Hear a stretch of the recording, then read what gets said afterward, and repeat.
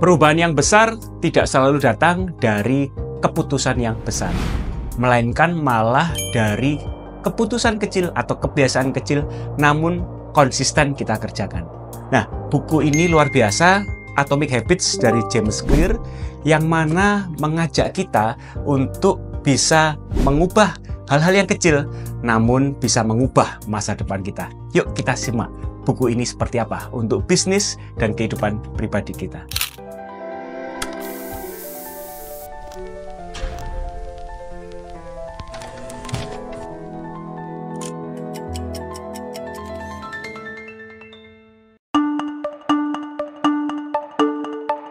Masalah itu bukan pada motivasi, tetapi pada sistem yang mengkondisikan kita memiliki habit yang positif. Banyak orang setelah belajar sesuatu, atau ikut training, ikut seminar, atau dia punya skill baru, sangat antusias melakukan pekerjaan dengan sangat gairah. Tetapi nggak lama mendadak tidak dikerjakan lagi atau kebiasaan baru tersebut tidak bertahan lama. Rupanya bukan pada motivasinya, melainkan sistem yang didesain sedemikian perubahan kecil ini bisa secara konsisten dikerjakan dari waktu ke waktu. Jadi kalau kita hanya mengandalkan motivasi, gairah semangat kerja, ini bisa nggak bertahan lama. Berbeda kalau kita membuat sistem. Walau hari itu bad mood, motivasinya turun, tapi karena sistem yang sudah bekerja, yang sudah membiasakan diri kita, maka tim kita, pengusaha atau karyawan akan melakukan pekerjaan secara rutin seperti biasa. Di dalam buku ini, kita diajarkan teori compound effect. Efek yang bisa dirasakan setelah sekian waktu.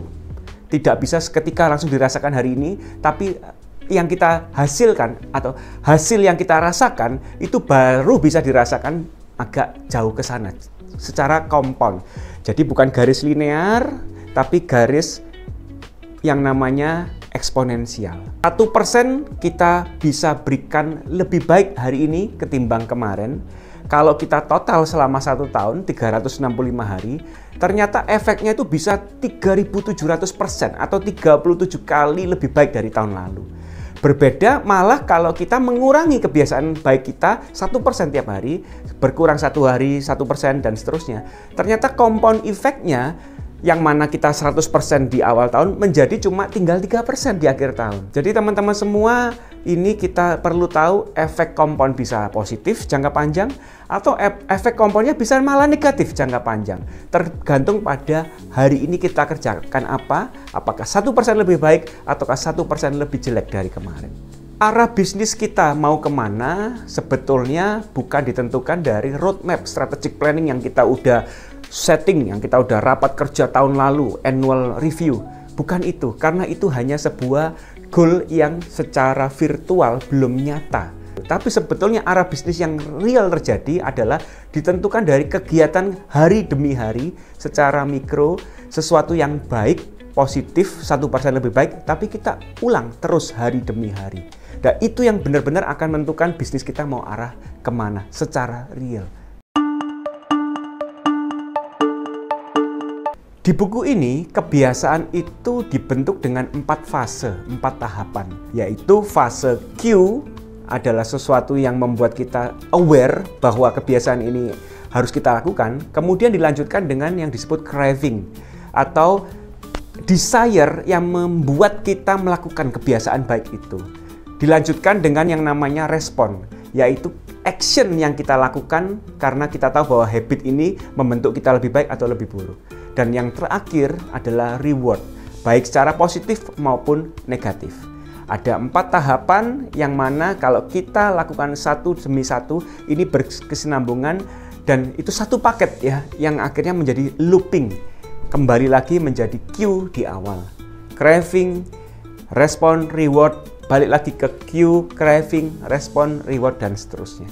Contoh di kantor yang mana habit kita sehari-hari ya, antara Q, craving, respon, reward.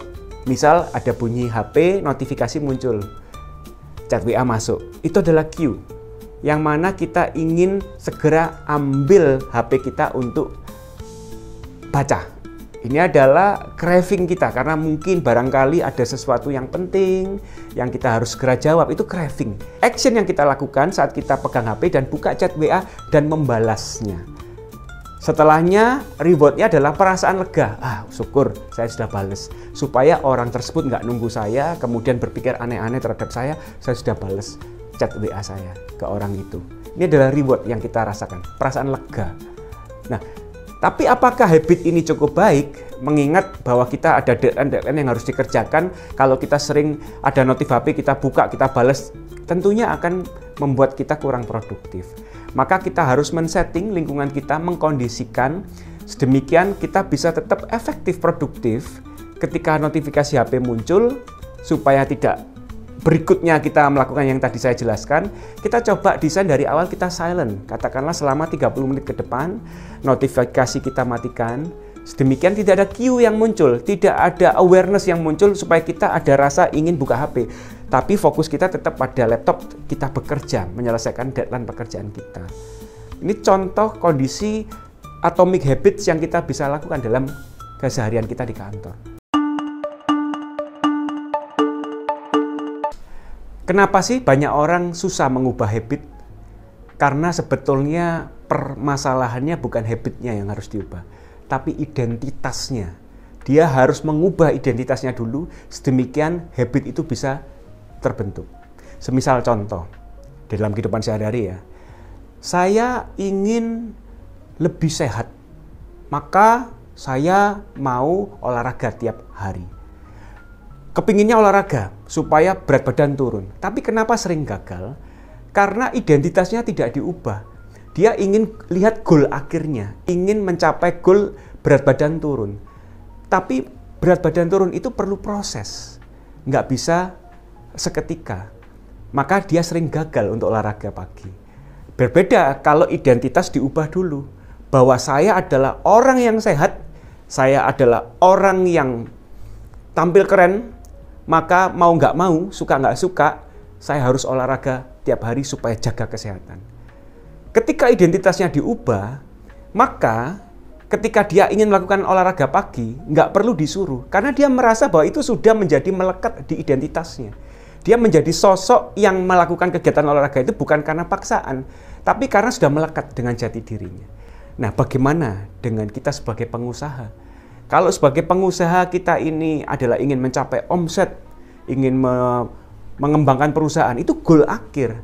Padahal sebetulnya identitas kita adalah sebagai pengusaha, mengusahakan sesuatu yang lebih baik.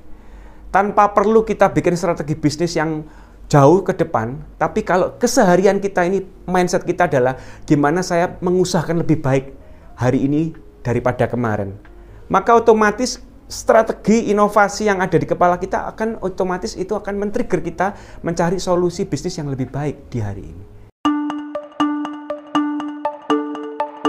Di buku ini juga diajarkan kita supaya bisa melakukan habit secara otomatis begitu ya.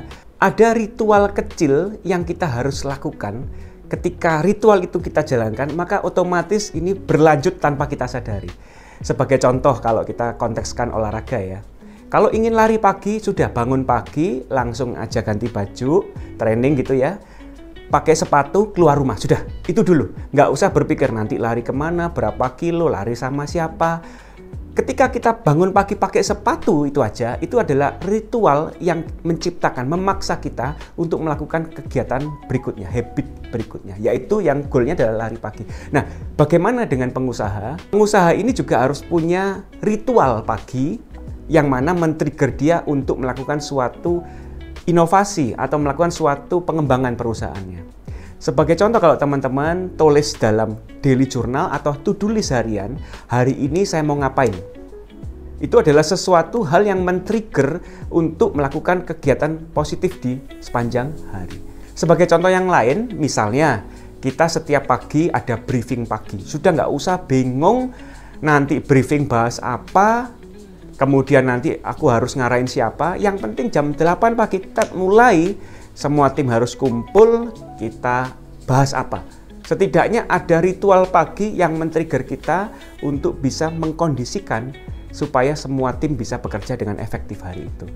Ritual sangat penting untuk kita melakukan yang namanya habit stacking. Kebiasaan demi kebiasaan itu dibangun, nggak usah yang besar dulu, sesuatu yang kecil tapi berkelanjutan, berkesinambungan. Tapi perlu ada ritual pagi yang trigger awal. Kalau triggernya nggak ada, biasanya akan bablas, malah nggak jalan semua. Teman-teman semua, buku ini bukan hanya untuk karyawan profesional, tapi untuk juga pengusaha dan atlet, bahkan ibu rumah tangga atau orang tua melakukan parenting ke anaknya, sangat cocok sekali. Karena sebetulnya di buku ini kita diajarkan mana habit yang harus kita terapkan, mana bad habit yang kita harus hindari. Kita diajak untuk menganalisa sehari-hari kita ini mengerjakan lebih banyak good habitnya atau bad habitnya. Kalau teman-teman semua saat ini ingin melakukan pemetaan habit mana, kata buku ini adalah kita mencatatkan daily activity kita dari bangun pagi sampai malam hari kita mau tidur. Kita coba catat dulu. Mana habit-habit yang perlu kita kurangi, mana habit yang kita perlu dalami. Sedemikian baru teman-teman bisa memulainya menggunakan atau menerapkan buku ini dalam pekerjaan atau bisnis sehari-hari. Jadi teman-teman semua, yuk kita bangun sistem untuk menunjang pertumbuhan kita.